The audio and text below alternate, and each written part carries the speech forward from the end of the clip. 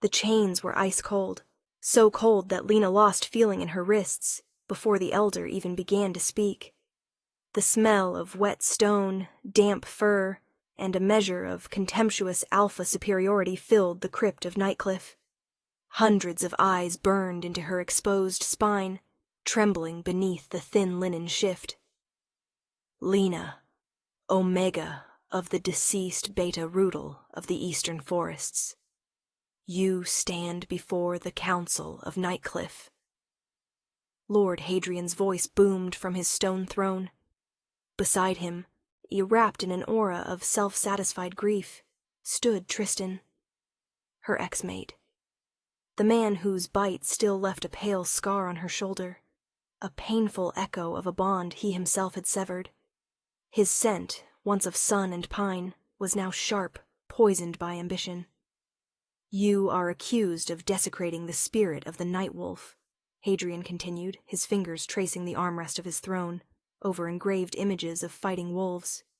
You are accused of attempting, through cunning Omega machinations, to interrupt the line of pure Alpha rule.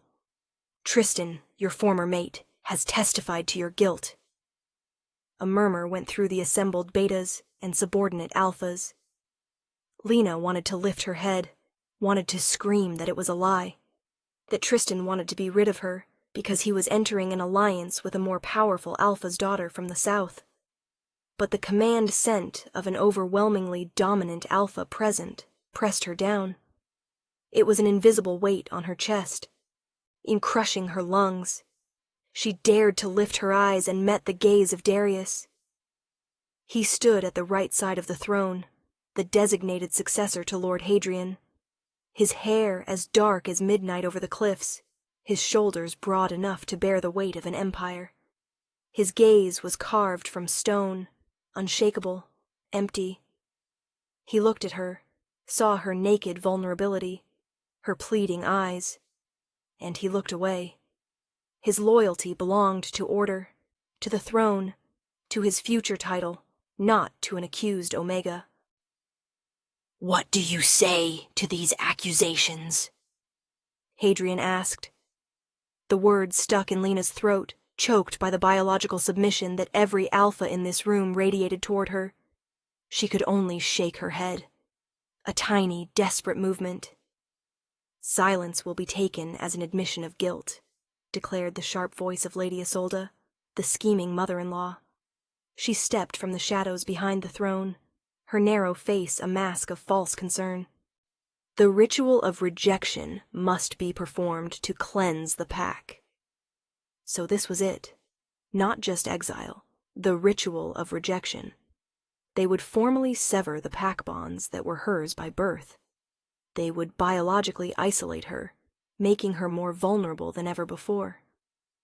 A wolf without a pack was prey. Tristan stepped forward.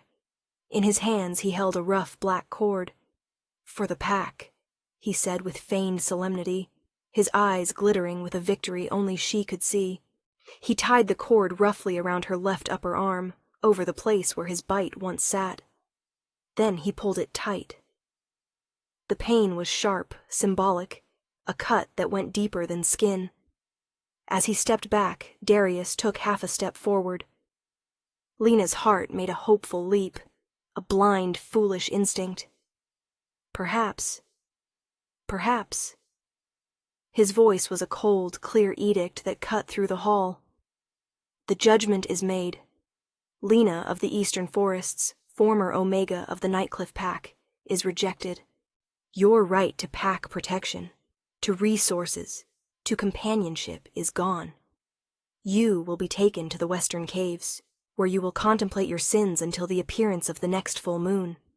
Then the final judgment will be pronounced. The Western Caves. A damp, dark prison in the storm-beaten cliff where disobedient Omegas were sent to repent. Some came back changed, quiet and broken. Some didn't come back at all.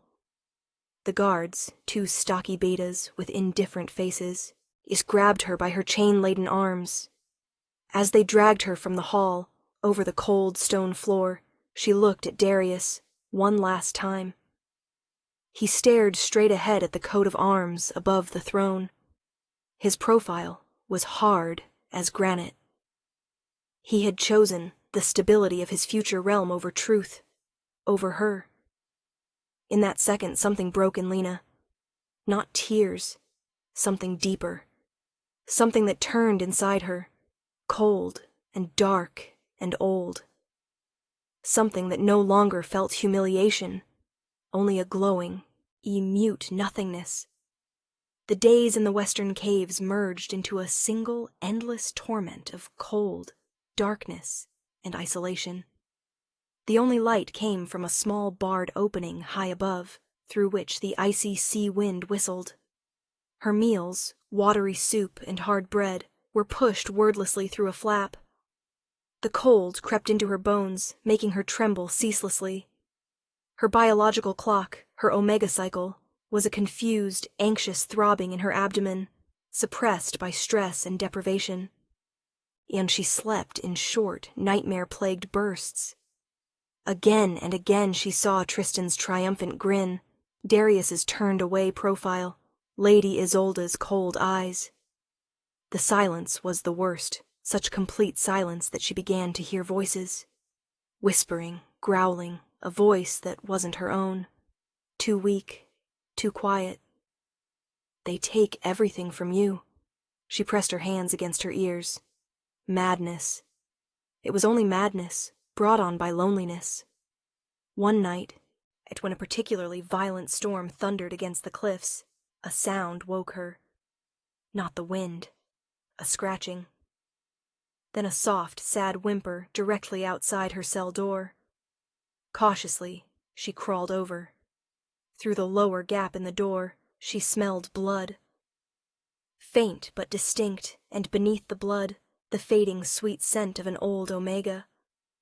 Who's there?" she whispered. A trembling old woman's voice answered. "They left me here once too, child, until I promised never to speak again." It was the widow of the previous Alpha, whom people in the pack murmured about. She was said to be eccentric and lived withdrawn in the lower chambers. "Why are you here?" "To give you what they took from me." A small, flat object was pushed under the door, an old yellowed claw attached to a leather strap. "It belongs to the crown of wolf teeth. It's not just a symbol. It's a key. And the prophecy, it has a dark clause." Lena took the claw. It felt surprisingly warm in her ice-cold hand. What prophecy? That the true ruler of Nightcliff will be crowned not by birth, but by the blessing of the Nightwolf spirit. That the spirit will awaken in the one who loses everything, and yet does not break. The widow's voice became even quieter. But the Dark Clause states, the spirit demands a sacrifice of purity. Whoever receives it must first have their own blood shed. Innocent blood. A shudder ran down Lena's spine. My blood? The blood they take now. Your dignity, your bond, your future. They think they're weakening you. They don't know they're preparing you for him. A coughing fit shook the old woman. Beware the mother-in-law. She fears the prophecy more than anything. And the Alpha, he's not evil, just proud. And pride makes one blind. Before Lena could ask more, she heard hasty footsteps, and the old woman was gone. She clutched the claw, the first sign of something that wasn't complete hopelessness. A thread in the darkness. The next day brought no relief, but another level of hell. The door opened, and Lady Isolda entered, accompanied by a midwife and the piercing smell of sharp herbs. "It's time to check your condition," Isolda said coolly. "An impure omega cannot lead a healthy pack. We must ensure that your biology has not been corrupted by your deeds." It was a humiliating, invasive examination, performed with cold, efficient hardness. Lena bit her lip until it bled to keep from making a sound. She would not give them the satisfaction. When the midwife nodded, Isolda's eyes glittered. "Your cycle approaches. The heat is coming. In your isolation, without an alpha, this could be dangerous. It could drive you mad.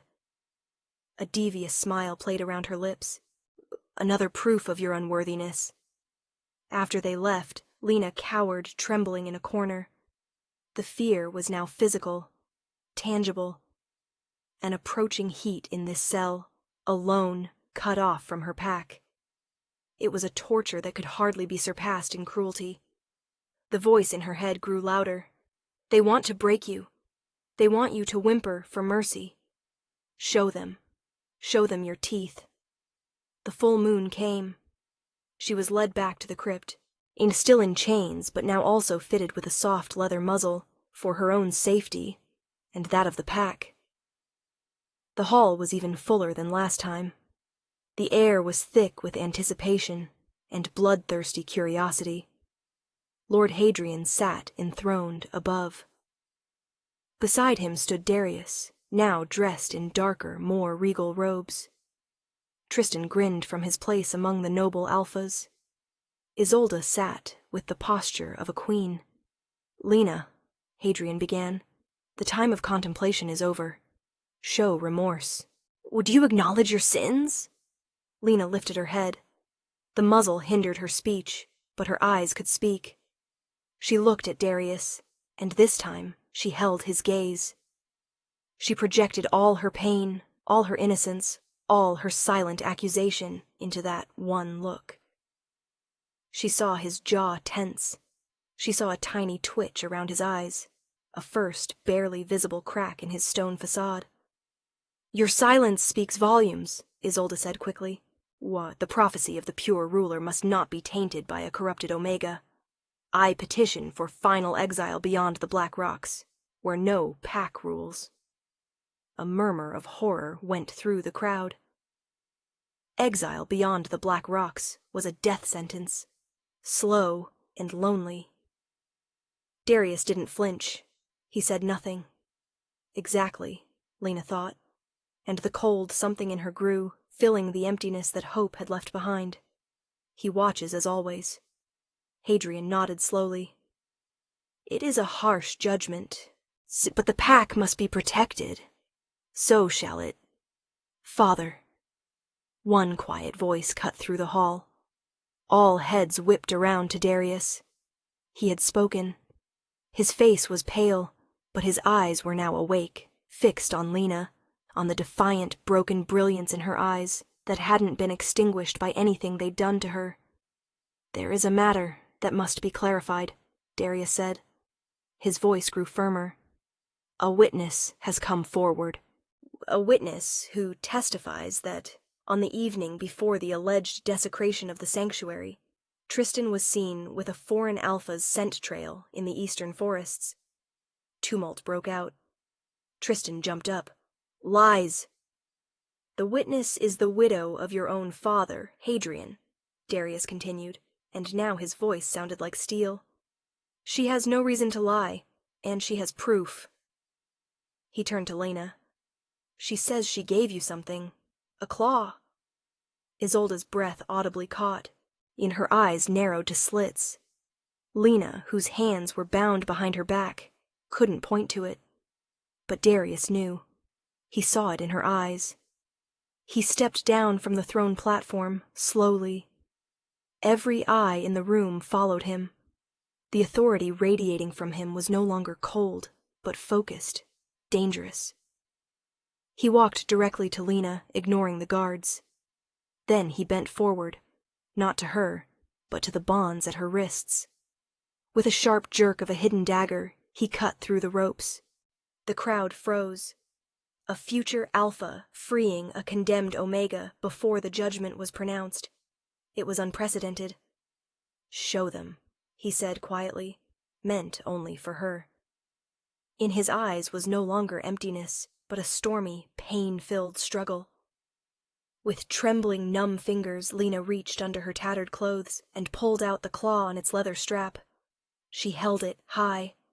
The moonlight falling through the high windows seemed to strike the yellowish, translucent material and make it pulse faintly from within. A soft, collective gasp went through the hall. "That's a claw of the Alpha," an old elder cried. "It belongs to the crown of wolf teeth. Only a true member of the bloodline, or one guided by the spirit, can carry it without being burned." "But she carries it," someone called. Isolde jumped up. "That proves nothing. She could have stolen it." "The prophecy is clear. The spirit will awaken in an Alpha, not in an Omega." At that moment Lena's gaze met Tristan's again, and she saw it. The naked, undisguised panic in his eyes.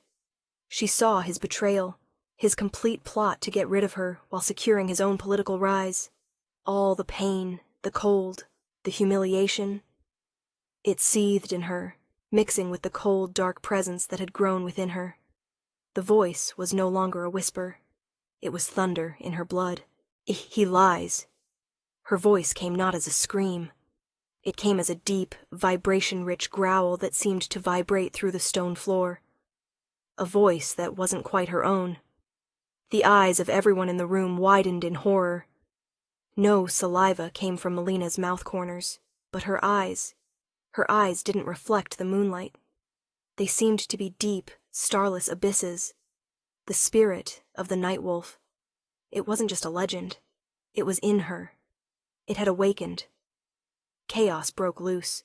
Alphas growled instinctively, retreating. Betas backed away in fear. Tristan took a step toward her, his face contorted with rage and fear. "Witch! You corrupted—" Darius moved faster than anyone. He stepped between Tristan and Lena.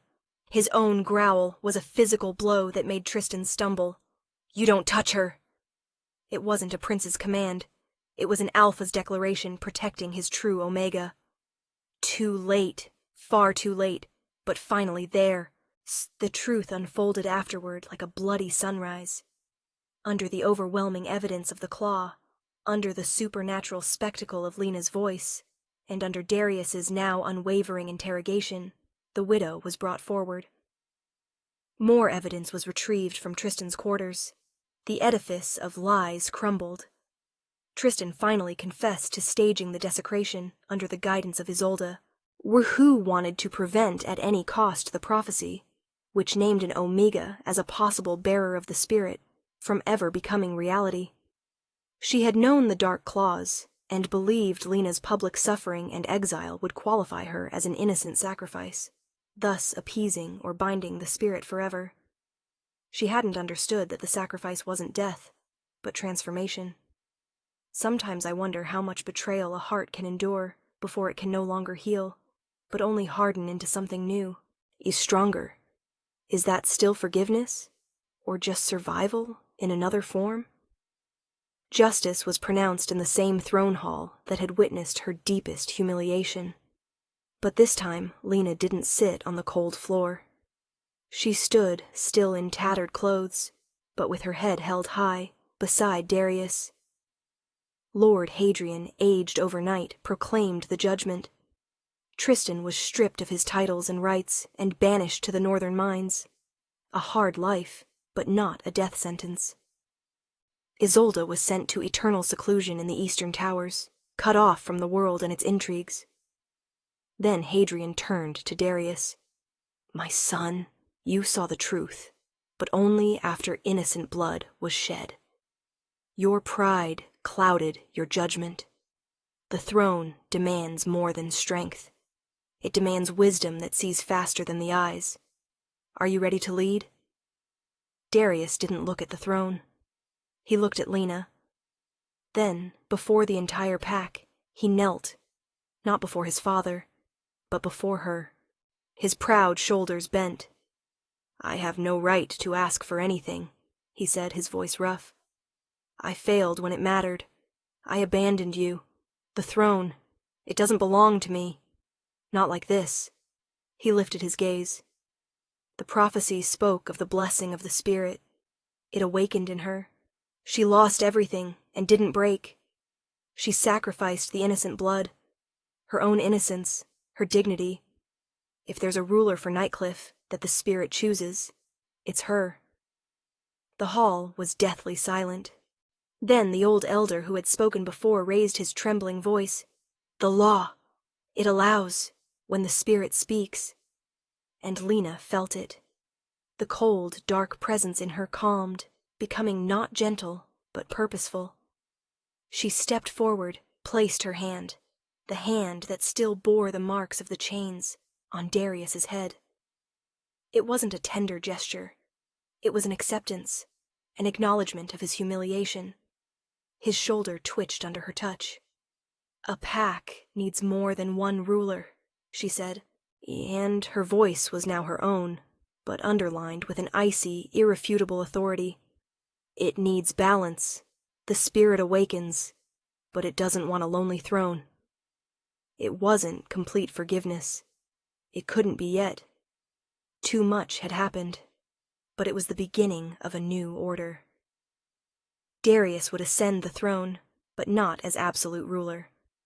Lena, as bearer of the Nightwolf spirit, would stand at his side, not as subordinate Luna, but as guardian, as living link to the ancient power of the cliffs. The crown of wolf teeth, when it was later assembled, fit neither of them alone. But it rested between them on a cushion, a symbol of the fragile, newly forged alliance.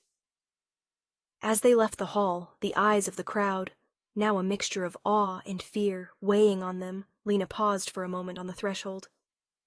The wind from the storm-beaten cliffs brushed her face. It no longer smelled of captivity. It smelled of sharp salt and boundless sky. Darius stopped beside her. "I can never make it right," he said quietly. "No," she said simply. It was the truth. But when his hand hesitantly approached hers, she didn't pull away. The wound was still fresh, the mistrust deep. The path back to each other, if there ever would be one, would be long and paved with the shards of their broken dreams. But in the cold, clear air of Nightcliff, with the echo of an ancient spirit in her blood, she felt something other than despair. She felt the rough, relentless texture of her own strength, and that, she knew, no one could take from her anymore. This story ends here, on the threshold between old humiliation and uncertain future. Some scars never fade. They only become part of the landscape through which we wander. If you're ready to walk more of these rough, thorny paths, then return. More stories wait in the darkness, ready to be told.